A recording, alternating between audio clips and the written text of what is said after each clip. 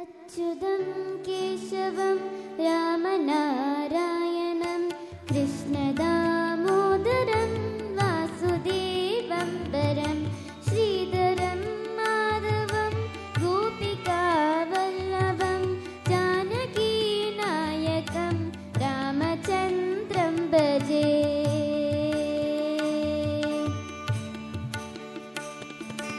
अच्युतं केशवं सत्यभामाधवं माधवं श्रीधरं राधिकाराधितं इन्दिरामन्दिरं चेतसा सुन्दरं देवकी नन्दनं नन्दजं सन्दते।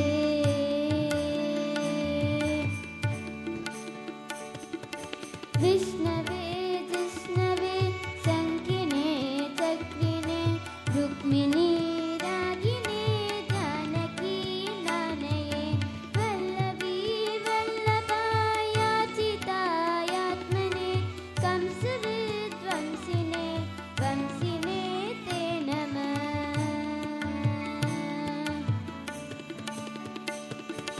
कृष्ण गोविन्द हे रामनारायण श्रीपते वासुदेवादिता श्रीनिते अर्जुनानन्द हे माधवादोक्षज द्वारका नायका द्रौपदी रक्षक।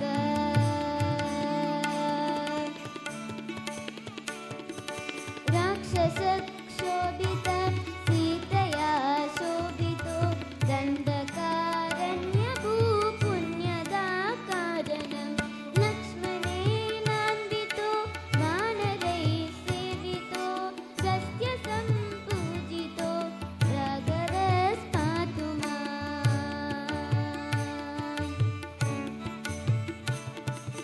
धेनुकादिष्टहारिष्टकृत्वेषिणां केशिना कंसः वंशिकावादका पूतना गोपका सूरजा केलनो मालगोपालका पातु मां सर्वदा।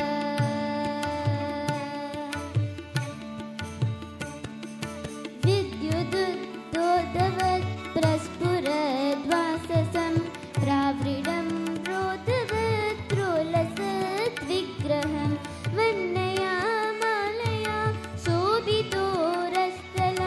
लोहितां हृद्वयं वारिजाक्षं भजे।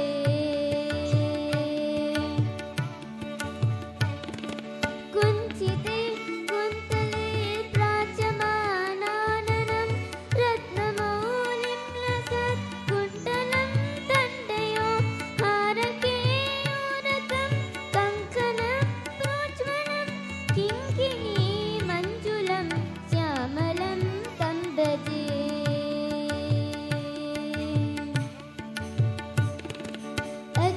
अच्युतस्याष्टकं यः पठेदिष्टजं प्रेमदस्प्रत्यहं पुरुषसस्पृहं विप्रतः सुन्दरं वेद्यविश्वम्भरं तस्य वस्यो हरिर्जायते सत्वरम्।